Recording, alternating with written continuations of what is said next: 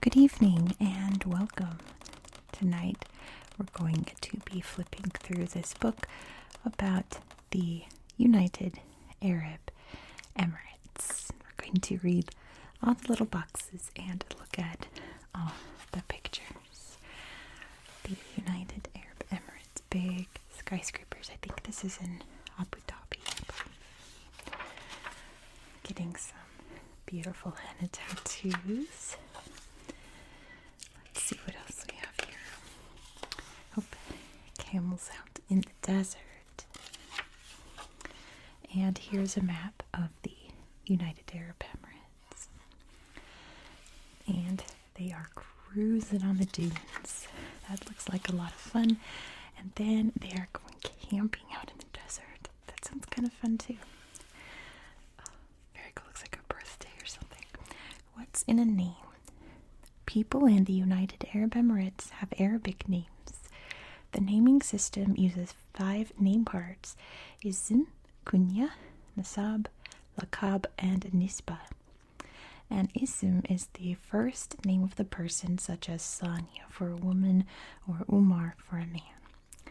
A kunya is an honorific, a name that might refer to the person's firstborn son, or it may be aunt or uncle.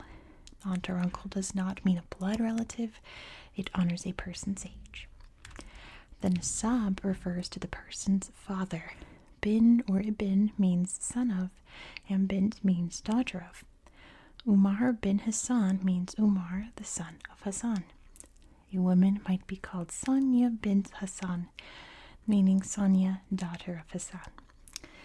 The lakab is a nickname that highlights a good quality in a person. For example, Sanya bint Hassan al-Jamil means Sanya the beautiful, daughter of Hassan. The nisba describes a person's occupation, home region, or tribal heritage.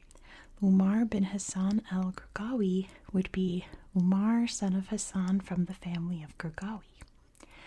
Knowing the parts of an Arabic name helps to understand both the people and their heritage.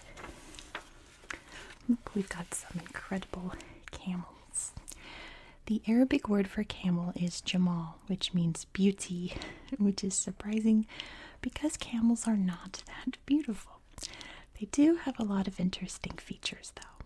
Camels can drink 40 gallons of water at one time. They can close their nostrils so that they don't breathe in sand during a sandstorm, and their legs can kick in all directions. Also, camels defend themselves by spitting nasty green stomach juices that stink. Watch out, they have great aim. And this guy's having like a meditative moment out on the dunes. It's really pretty picture. Here is Dubai. You can see some fancy yachts out here in the harbor and the big city out there. There's the Burj Khalifa. Here's a better map of the UAE, where you can see a lot of the physical attributes of the country.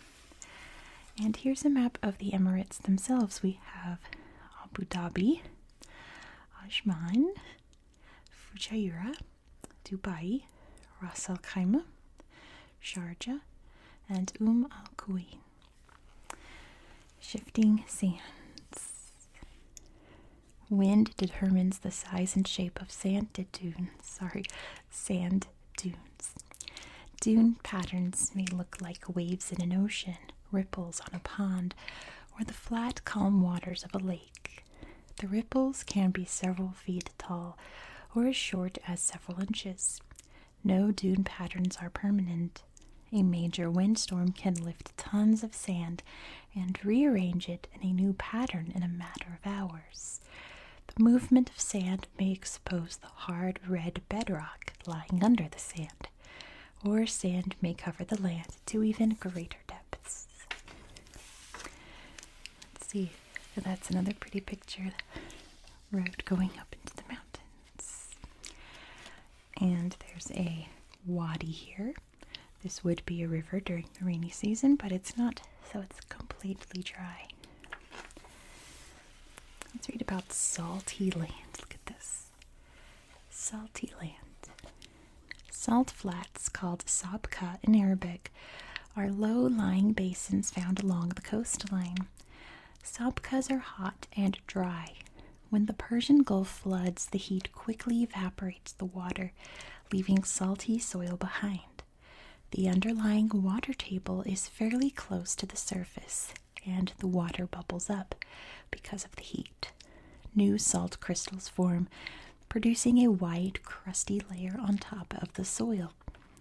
The amount of salt, the dryness of the region, and the limited soil mean that salt flats in the UAE do not support plants or animals. Salt marshes and mudflats, on the other hand, buzz with life. The marshes are tidal areas that dot the coast. Scientists are looking for ways to use these salt marshes for agriculture. They are trying to grow salicornia, a salt-loving plant that is both a grain and a vegetable. Conservationists, though, protest this use of the land, saying that these regions are essential habitat for migrating birds, native plants, and baby fish. So far, conservationists do not need to worry. The cost of growing salicornia right now is higher than the fees earned from selling it. Here's the Liwa Oasis. They're going for a swim in the water. The former tropics. Millions of years ago, the UAE was home to the early relatives of elephants, hippopotamuses, horses, cows, and crocodiles. The land had a complex river system, and rain fell heavily. The soil supported many plants and animals. How do we know this? Rock formations in the western area of Abu Dhabi contain fossils of these animals, as well as fossils of fish, turtles, ostriches, and dozens of species that no longer exist. So, although now the area is endless miles of sand desert, it was once a tropical paradise. Pretty interesting. Playing out on the Gulf there. Enjoying a nice hot day. This doesn't look like a very nice hot day. Let's read about brown clouds. Strong winds present a problem in the UAE.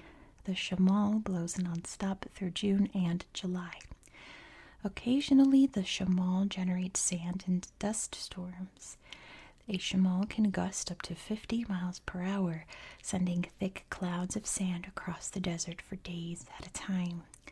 These storms make breathing outside difficult, push grit into homes, and make travel dangerous. Ooh. This also looks really bad. It is flooded. Not something you think about on the Arabian Peninsula. There's a beautiful day out on the beach. You can see the pretty fancy hotel there. Really lovely picture. Let's take a look at UAE's cities.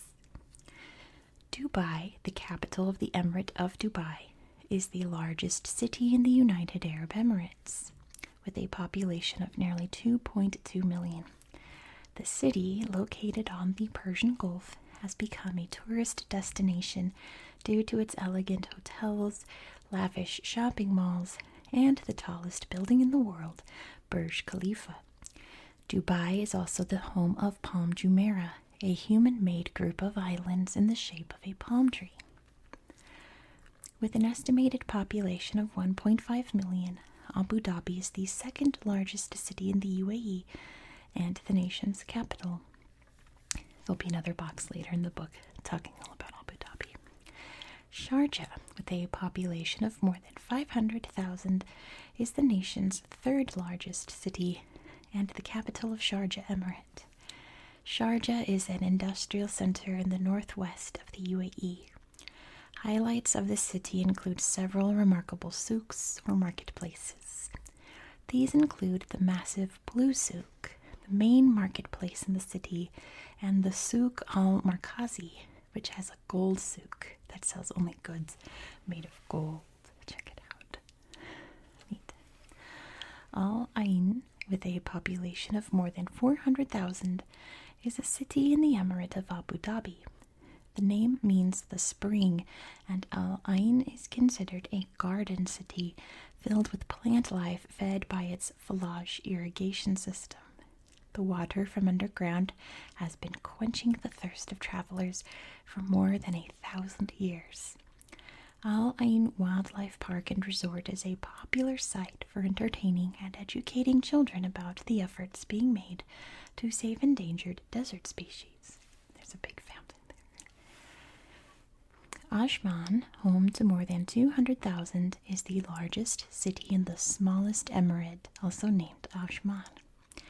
Ajman is known for beautiful beaches, and many visitors enjoy a trip to the dhow building yard.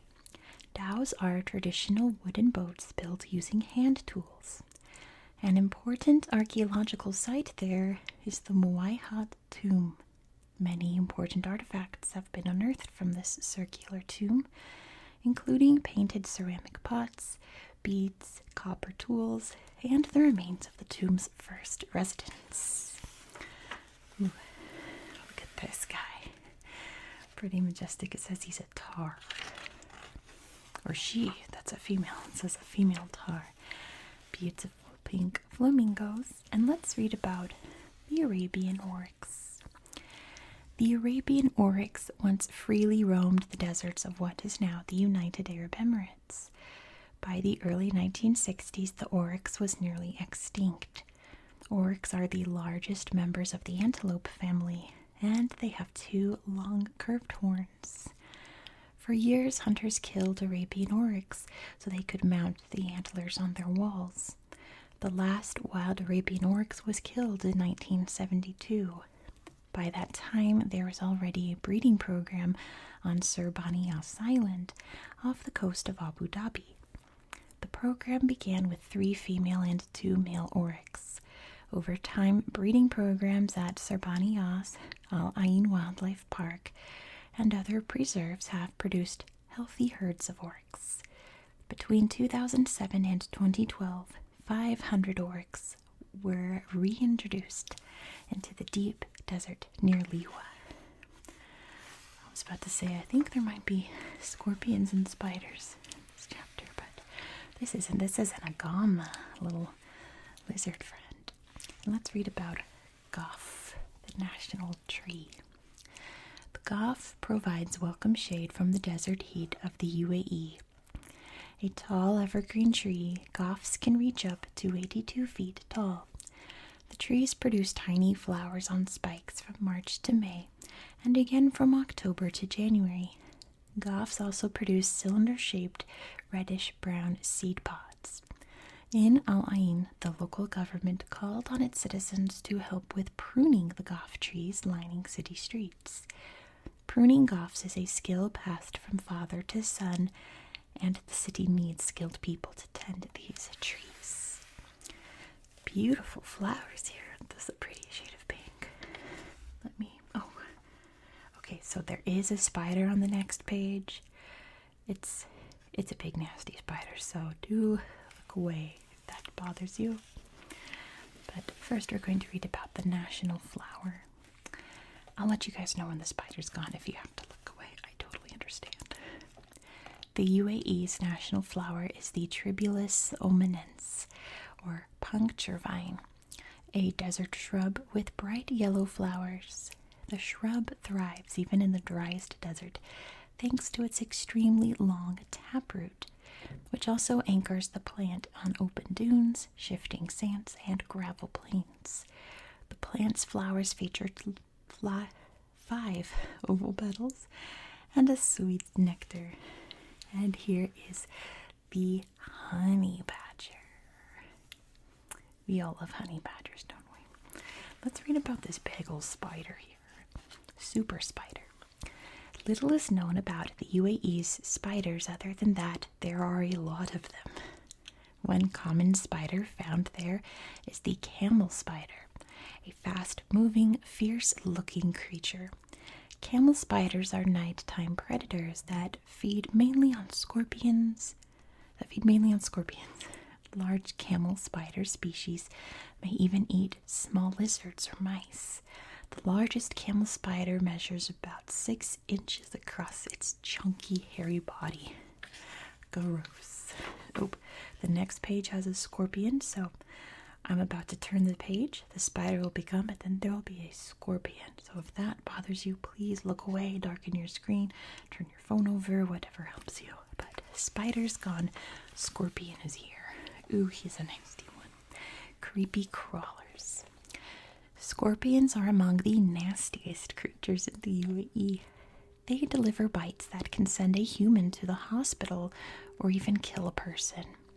Scorpions try to avoid humans, but they do crawl into tents, under rocks, and into shoes. It is a good idea when camping in the UAE to shake out all shoes and clothes before getting dressed to make sure there are no scorpions hiding. I changed my mind about camping in the desert. That sounds horrible now. Scorpions generally live 2 to 5 years, but the UAE has one species that can live up to 25 years.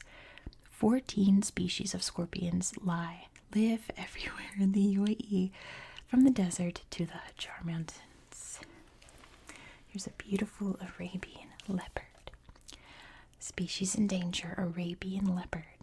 Arabian leopards are native to the UAE, but are extremely rare. They are the largest cats in the region, but the smallest of the world's leopard species. The Arabian leopard has been brought to the brink of extinction as a result of loss of habitat, limited range, and overhunting. There are only about 200 Arabian leopards in existence worldwide. And here's a sweet little chunky bird called a chukar. They look kind of like a quail, don't they? Alright, the next page has a snake. So I'm going to turn the page. The scorpion will be gone, and then there will be a snake. So do what you need to do to protect yourself from these guys. I'm turning the page. And now there's a big ol', really, it's kind of a tiny skinny snake, but a snake nonetheless. Girls only. The Brahmini blind snake is a small worm-like snake that lives in agricultural areas of the UAE and many other places around the world. It has the distinction of being one of the few unisexual snakes on Earth. No males have ever been found, yet the females are able to produce young. The Brahmini blind snake lives underground and feeds on ants, termites, and insect larvae. Life finds a way, right? Here's a pretty little songbird. It's the black-headed bunting. It's cute. It's wearing like a mask, isn't it? Speaking of birds wearing masks, let's read about the national bird, the peregrine falcon.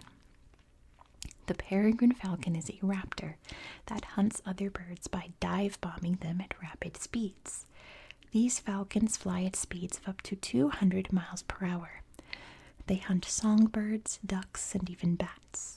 In the autumn, Houbara bustards migrate over the UAE deserts, and many bustards fall prey to peregrines. For centuries, falconry has been an important part of Emirati heritage, and it still is. Emirati men keep and train the falcons, using them as hunting companions. By law, all falcons must be returned to the wild at the end of the autumn hunting season.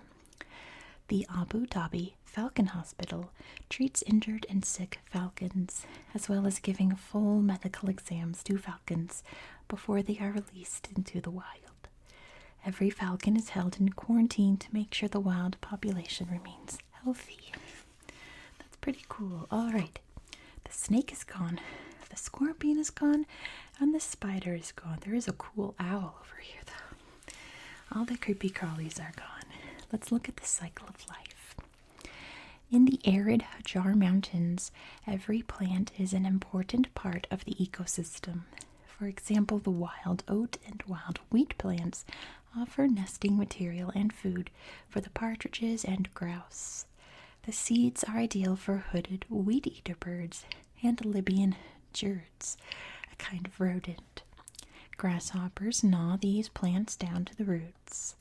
Butterflies make nectar when the oats and wheat are in flower. All these insects draw lizards and insect-eating birds. Snakes hide in the grasses, ready to pounce when gerbils and jerboas come to feed.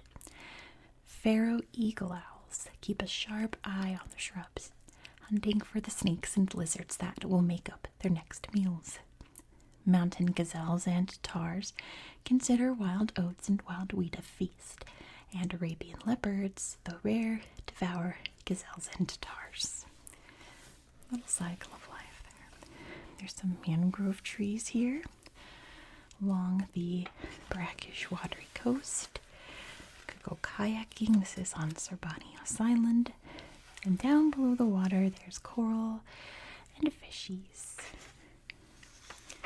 This is a desalination plant to take the silt out to make healthy drinking water. And look at all these giraffes here on the Cerbanios Island. Pretty neat place, huh? Here's a very old drawing of a caravan here. Looks like they're leaving this little fortress city up here and going about their way out to trade. Here are the ancient trade routes. You can see it went through Al Ain and Abu Dhabi, through the Liwa Desert, up to Shamal up here. And flash forward to many years later, the Trucial states. So you can see Abu Dhabi, Ajman, Fujairah, Dubai, Kalba, that's New Kalba, Ras Al Khaimah, Sharjah, and Al Kuwait. And as you can see, Abu Dhabi is much larger today. Here's a pretty cool ancient fort in Dubai. Lots of neat forts like this in the cities of the Emirates. These are pearl divers.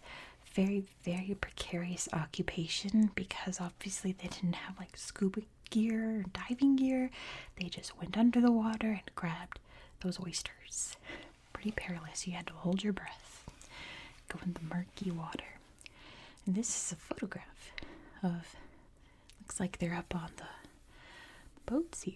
Really big dhow. You can see the city in the background. And of course, oil, right? Integral to the economy, the United Arab Emirates. And this was the first sheikh of the, I think he was around when the Emirates were around, but then his brother forced him out of power. And those are the family lineage that we have. Let's read about him. The first president. In 1971, Sheikh Zayed bin Sultan Al Nahyan became the UAE's first president, an office he held for 33 years. Zayed had been raised in Al Ain and lived for some time in the desert with Bedouin people. In 1946, he was appointed the governor of the eastern region of Abu Dhabi, mainly the area around Al Ain, and then became the emir of Abu Dhabi in 1966. In the years after, he helped organize the United Arab Emirates and got the Emirates to work together. As president of the UAE, he used wealth the country acquired from the oil industry to help raise the standard of living for all Emiratis. He remained president until his death in 2004. And here is Dubai being all built up into the Dubai we know today. What are they doing? Oh, I don't know what they're doing. I guess they're just working on the computers in their local library or internet cafe or something. Maybe they're like working. Here is a sweet little family with this guy's sweet littles here. So cute. Let's read about Masdar, an alternative to oil.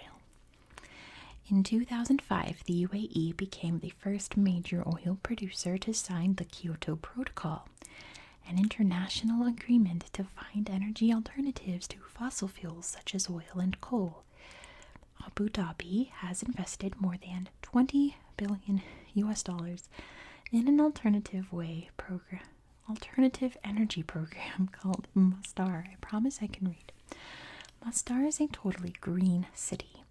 All facilities and housing there rely on solar power. Ultimately, the city will house around 50,000 people and support 1,500 businesses. Pretty neat. Ruling the Emirates. They look like very important people, especially this guy with the cool sunglasses. And they're having a nice day. Looks like they're eating some dates, drinking some tea. Let's read about the national flag. The United Arab Emirates flag was adopted in 1971 when the United Arab Emirates became one nation. When the UAE was first considered, a competition was held to design a flag. The flag chosen was designed by Abdullah Muhammad Al Maina. It features green, white, black, and red, which represent the unity of the seven Emirates. The four colors symbolize parts of a poem by Safi al-Din al-Hili. In the poem, the motives of the Arab fighters were pure, for white, but the battles were fierce, for black. The lands were lush, for the green, yet the Arab swords were stained with blood. That's the red. Here's the courthouse in Dubai. And my goodness, this is the Federal National Council. They've all got TVs so they can see the speaker there. And this is the former president. He actually passed away in July 2022. So this book, even though it's a fairly new book, is already outdated. So this is going to talk about him in the present tense. He has very recently passed away. Hopefully he's resting peacefully. Sheikh Khalifa bin Zayed Al Nahyan was the current president of the UAE. He became president upon the death of his father, Sheikh Zayed, in 2004. In addition to being president, he is the emir of Abu Dhabi and commander of the Union Defense Force. During his time in office, Sheikh Khalifa has been the major force behind reforming the UAE government.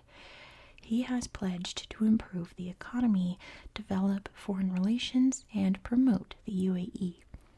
Of the major policies enacted under Khalifa, the most significant are improving infrastructure, such as roads, schools, and hospitals. He has also followed his father's lead on conservation issues and improving healthcare and economic opportunities. Khalifa has launched several programs that support people in starting new businesses, developing farms and farming techniques, and providing quality housing. He also began a program of financial support for low-income citizens. It's election day. Everyone is dressed the same color as the voting booths and voting. The head of government. I didn't check if this guy was still vice president. I don't see why not. I'm pretty sure he still is, but correct me if I'm wrong. Sheikh Mohammed bin Rashid Al Maktoum is the ruler of Dubai, the UAE's vice president, and the prime minister of the government. Sheikh Mohammed is a reformer and motivator. He is credited with Dubai's growth as a global center for business and finance. He assisted in launching Emirates airline, DP World, which is a country that owns ports around the world, and the Jumeirah Group, a hotel chain, which he owns through a holding company called Dubai Holding. He also founded the Mohammed bin Rashid School of Government. And it says female first. In 2004, Sheikha Lubna bint Khalid bin Sultan Al Qasimi became the first female minister in the UAE government when she became the Minister for Foreign Trade. She's a member of Sharjah's Al Qasimi family. Sheikha Lubna received a degree in computer science from California State University, Chico, before earning a graduate degree in business from the University of Sharjah. As part of the UAE government, she has led efforts to contribute more money to help other nations. In fact, in 2013, the UAE donated $5.4 billion to other nations, a total of 1.3% of its national income. That's a higher percentage than any other country has donated. Because of these efforts, Sheikha Lubna is considered one of the most powerful women in the world. This is not a real photo. This is definitely a computer image here, but let's read about the national anthem. The national anthem of the UAE is Ishi Bladi, which means Long Live My Nation. The melody was composed by Muhammad Abdul Wahab and adopted in 1971 after the UAE had been formed. The lyrics, written by Arif al-Sheikh Abdullah al-Hassan, became official 25 years later in 1996. And here is a majli, place where people get together and talk out issues in the government. And let's talk about Abu Dhabi, the capital city. A city of stunning monuments, wide boulevards, and unique modern architecture, Abu Dhabi, the capital of the UAE, is considered the Arabian jewel. The city is located on an island that is connected to the mainland by a bridge. It is a relatively young city. It was first settled in 1761, and by 1900 it had only about 6,000 residents. Today the city is growing quickly with a population of about 1.5 million. To get a better view of Abu Dhabi, people take the elevator to Etihad Towers to the observation deck. From there, visitors can scan the cityscape with its blend of old and new architecture. Among the most beautiful sights in Abu Dhabi is the Sheikh Zayed Grand Mosque. The mosque features artistic glasswork, mosaic tiles, and intricate carvings throughout the building. After a trip to the mosque, visitors head for the Al Hosn Palace, also called the Old Fort or the White Fort. It is Abu Dhabi's oldest building. The courtyard is stunning, with incredible tile work. Unique to Abu Dhabi is the Falcon Hospital, the only one in the world. For anyone who has ever wanted to hold a falcon, this is the place to go. Finally, no trip to Abu Dhabi would be complete without visiting the souks. Souk means market, and today's souks sell everything from fresh vegetables and fruits to freshly caught fish to carpets and mattresses. The most traditional souk is Souk al-Zafarana, which offers incense, spices, Arab clothing, musical instruments, coffee pots, and a host of other truly Emirati goods. Here's a map of the island here. You can see the mangrove park here.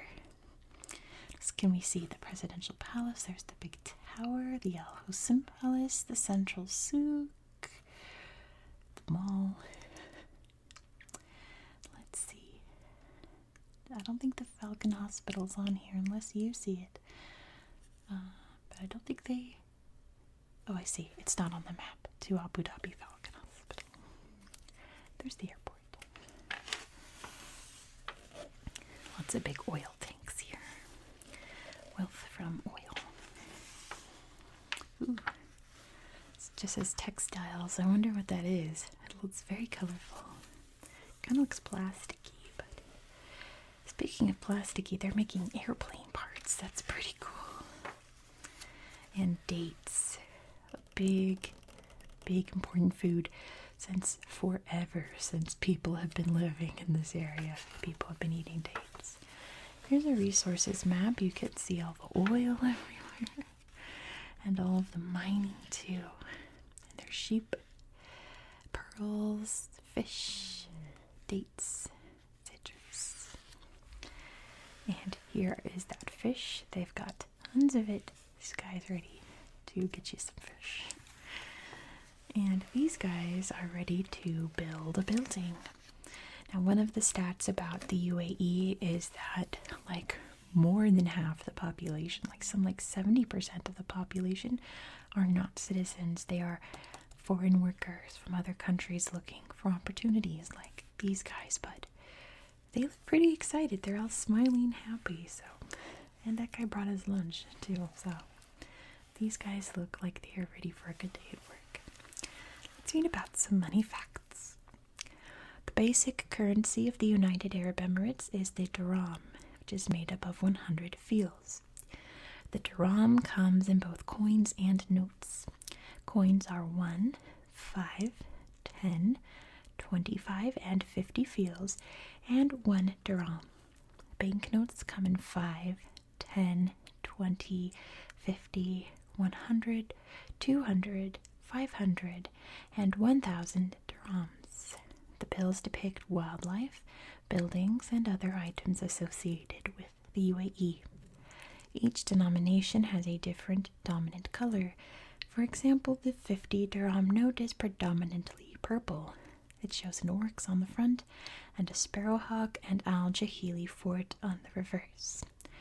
A falcon watermark appears on all banknotes to prevent the money from being counterfeited. In 2015, 3.87 dirhams equaled $1 US. Not bad, pretty close to each other, right? Now this is in the Dubai Mall. You can go skiing and sledding and play in the snow at the mall. It's a whole other planet, right? The Dubai Mall, I believe, is the largest mall in the world. It's got so many features. But Dubai is definitely the most famous for the world's tallest building. The world's tallest building is the Burj Khalifa, rising 2,717 feet high in Dubai. The Burj Khalifa holds several world records. It is the tallest freestanding structure in the world. It has the highest outdoor observation deck, which is located on the 148th floor. Its elevator travels the longest distance of any elevator. In addition, Burj Khalifa is one of the most popular tourist sites in Dubai. It says open for business. Businesses in the UAE are open 5 days a week, but the days off are different from those most workers get off in the United States. Friday is kept as a holy day, and all businesses and schools are closed Friday and possibly Saturday.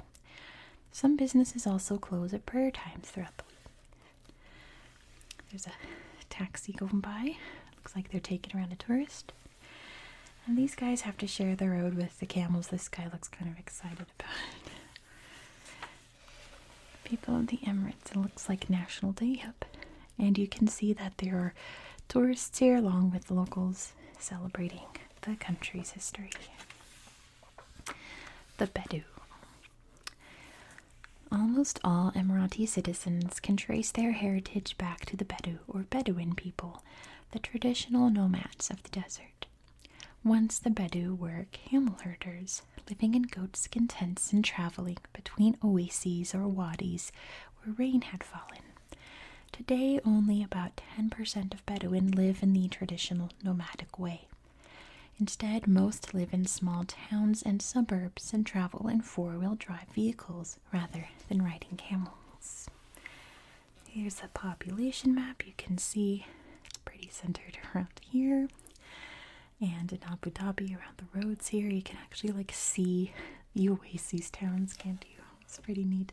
And you can see the roads going through the desert because of the people living alongside them. They are working hard in schools as it's a French school. And here is that beautiful mosque in Abu Dhabi they were talking about. Look at the beautiful floor or ground outside. And the big, beautiful domes. This is a Qibla that tells you where Mecca is, so you know where to pray. She's reading her Quran there. And here is Mecca. All of these books, like if it's an Arab-dominant country, it doesn't matter. There's a picture of the Kaaba in it, even if it has nothing to do with Saudi Arabia. They gotta show the Kaaba. Let's talk about the Hijri calendar. Muslims follow the Hijri calendar, which is based on the lunar year. This calendar counts years beginning in 622 CE, the year Muhammad fled Mecca for Medina. For example, the year 2020 is the year 1398, according to the Hijri calendar. Because the Hijri is a lunar calendar, meaning it is based on the appearance of the moon, it is 11 days shorter than the Western calendar. This means that Muslim holidays fall on different days of the Western calendar from year to year. These guys are enjoying their sundown Ramadan feast. I won't bother reading holidays, but it looks like they're getting ready to pray right there. And this is a Catholic church in Abu Dhabi. It's packed full right now. And this is a Greek Orthodox church. It's really quaint and very symmetrical. I like it. And they're praying at a Hindu temple. This box says, digging up a church. 1400 years ago, and before Islam came to the land of the UAE, monks built a Christian monastery at Serbani Yas Island in Abu Dhabi. Built around 600 CE, the monastery housed about 40 monks. Efforts to uncover the monastery began in 1992. Although they cannot say for sure, experts believe the monks were members of the Nestorian Church, a Christian sect from Western Asia. Archaeologists do know that the entire church was built around a tomb of one man. Archaeologists found rooms with plaster crosses hanging on the walls, and pottery bowls, jars, and glass bottles. Pretty neat. Oh, they're going on a cool horse ride in the desert. Oh no, they're racing. Even better. See who's the fastest. Speaking of racing, here's a camel race. Very exciting. And as you can see, there are not people riding it. They are robots. It's not good for the camels to race on them in the long term, so they've built robots in place of people. This is a sweet dog called a Saluki. It's got an amazing collar. It's all blinged out. Let's read about this Olympic champion. As of 2015, Sheikh Ahmed bin Hasher Al Maktoum is the only Emirati to have won an Olympic medal. He won a gold medal in the double trap event at the 2004 Olympics. In this event, competitors shoot at targets launched into the air. Sheikh Ahmed is a member of the ruling family of Dubai. An avid sportsman, he was also a squash champion. Like rich people sports, right? This one, not so much. They're playing some cricket. Anyone could play cricket. You don't have to be rich or poor, but having all the padding helps, doesn't it? The oud, taf, and rababa. Look at this guy. He looks so cool. He's got stories, right? When the music is traditional, and it usually is in the UAE, the instruments are traditional as well. The oud is a stringed instrument similar to a lute, with a pear-shaped base, a short neck, and angled pins to hold the strings. A daf is a tambourine that can be tapped for a drum-like sound or shaken for a rattling sound. A rababa, you can see here, is also a stringed instrument with a small, round-sounding board, a very narrow neck, and a bow. With a few drums added to the mix, a band is formed. Yeah, that is a very traditional-looking instrument, isn't it? These guys are having a big dance. There's those tambourines. They're dancing to the beat. Pop star. One of the best-known singers and songwriters in the UAE is Hamdan Al-Abri, the frontman for the band Abri. The band has released 2 hit albums, Sunchild and Blank Notes. Abri has toured the Middle East and is heard on the radio throughout the UAE. After the band broke up, Hamdan Al-Abri went solo. 2 of his singles have been featured on US television shows and are popular in Europe. Here are some henna tattoos. The complex lines and patterns of henna tattoos are called Mendi designs. Reddish brown or black henna tattoos are drawn on hands, wrists, feet, and ankles. The tattoos are usually temporary, lasting a few weeks, but permanent henna tattoos are also available. In the United Arab Emirates, brides traditionally get elaborate henna tattoos for their weddings. Henna is also popular among tourists. I've always wanted to get henna, especially now I have this channel where you see my hands. I think that would be really cool, but I have a lot of skin irritations. I've got a kind of psoriasis, eczema that only affects my hands. So there's that. Also, I don't know how culturally insensitive it would be because I'm not from a Muslim culture. Let me know if you are, or you're from a culture that practices henna. Let me know. What would you guys think? I think it would be really pretty. Look at this jewelry. Wow. This is so intricate and very gold. It says, painting the Emirates. Abdul Qadir Al Rais, a much honored UAE artist, has had many solo exhibitions. He produces pencil and watercolor pieces that depict landscapes from the UAE. In addition to being an award-winning artist, Abdul Qadir Al Rais also holds a law degree from United Arab Emirates University in Al Ain. Who's this guy? It's Adil Kozam, a poet. Pretty cool. I respect poets. It's very hard to write poetry. And look, it's a book sale. The best kind of sale. And I think they agree. Those are the best when you get to pick through all the books. Yes, I love it. This is the National Theater. That's a pretty building. All domed too. I bet the acoustics are amazing. And this guy is playing a zurna. He is playing his heart out right now. It looks like a difficult little trumpet there. This is a very beautiful person. Lovely, lovely face. And here are some guys. They're at a wedding, just being bros. And look, an even cuter face. It's all baby. So cute. Oh my gosh, an even sweeter face. It looks like a mom and daughter, right? Both very beautiful faces. How sweet. And they are making some bread here in the bakery. Yum yum, some delicious flatbread. Here's an Emirati McDonald's. They are having some tea time. Neat picture from above there. And here's UAE style hummus. This is not the kind of, like when I picture hummus, this literally looks like a flatbread. It's very like, but I'm sure it's still amazing. Hummus is hummus at the end of the day. It's one of those foods you can't mess up. Hummus is hummus. And these boys, they're against this glass wall here, but they're wearing their white kandoras, their heads, traditional clothes. This is during Eid al-Fitr. You can see they're in that beautiful mosque here, ready to pray. And let's read about UAE National Day.